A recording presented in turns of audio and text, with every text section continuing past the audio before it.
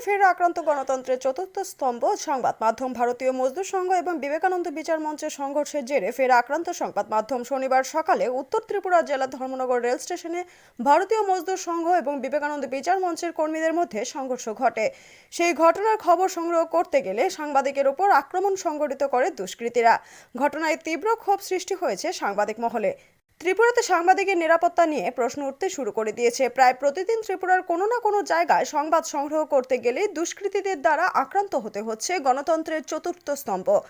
সংবাদ মাধ্যমের ওপর এই আক্রমণের ঘটনায় তীব্র নিন্দা জানিয়েছেন গোটা সাংবাদিক মহল। গত 2 দিন আগে আগরতলা কলেজ টিলা ফাঁড়ির ওসি অরিন্দম রায়কে সারনা বলে দাদা বলা এক সাংবাদিককে বিনা দোষে আগরতলা পূর্ব থানায় নিয়ে গিয়ে লকআপে ঢুকিয়ে সাংবাদিকের ওপর শারীরিক অত্যাচার চালায় পুলিশ। পরবর্তীতে আগরতলা কলেজ টিলা ফাঁড়ির ওসি অরিন্দম রায়কে বরখাস্ত করা হয়েছে। সেই ঘটনার রেশ কাটতে না কাটতেই ফের সাংবাদিক আক্রমণের ঘটনা ঘটেছে উত্তর ত্রিপুরা জেলার ধর্মনগরে। সাংবাদিককে ভিডিও করতে বাধা দেওয়া হয়েছে।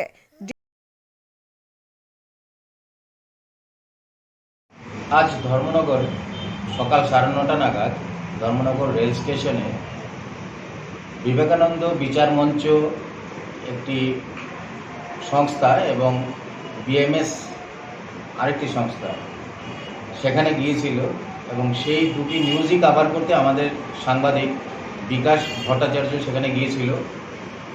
যখন বিবেকানন্দ বিচার মঞ্চের একজন নেতৃত্ব আসে আগরতলা থেকে বিপ্লব কর, ওনাকে যখন সংবর্ধনা দেওয়া হচ্ছিল তখন সে নিউজ কভার করছিল। হঠাৎই যে অপর পার্টি ছিল তারা এসে সেই বিবেকানন্দ বিচার মঞ্চের উপরে সংঘাত ঘটায় এবং সেখানে সেই নিউজ কর্মী যখন তার সামনে কোনো কিছু হচ্ছিল সে তখন তার মোবাইলে তুলে ধরার চেষ্টা করছিল, তখনই হঠাৎ করে একজন বিএমএস কর্মী, নাম কি নাম, সুব্রত, সে এসে সেই সাংবাদিকের উপর অ্যাটাক করে, তাকে মারধর করে, তার মোবাইল ছিনতাই করে।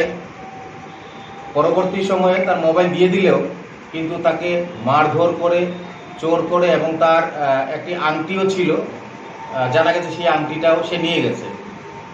প্রত্যেক দিন প্রত্যেক মুহূর্ত সাংবাদিকরা আর কি করবে, সাবরুম থেকে চোরাইবাড়ি পর্যন্ত সাংবাদিকদের উপর এরকমই নির্যাতন চলছে ত্রিপুরা রাজ্যে। কিছুদিন পূর্বেও আমরা দেখলাম আগরতলায় একজন সাংবাদিককে লকআপে ঢুকিয়ে রেখেছিল, পরবর্তী সময় সেই পুলিশ অফিসারেরই সাসপেন্ড হয়। কিছুদিন পূর্বে 2 সাংবাদিক মারা গিয়েছিল, তাদের এখনো পর্যন্ত কোনো বিচার হয়নি, তারা এখনো বিচার পায়নি। সাংবাদিকদের যদি সংবাদ করতে গিয়ে এরকম আক্রান্ত হয় তাহলে চতুর্থ স্তম্ভের মানে কি, গণমাধ্যম কোথায় যাবে? তাই আমরা আশা রাখি যে এটার সুষ্ঠু বিচার হোক এবং সেই সুব্রতকে ধরা হোক, এবং ধর্মনগর প্রেস ক্লাব থেকে আমরা এই ঘটনার তীব্র নিন্দা জানাই। Report news Democratic voice Tripura.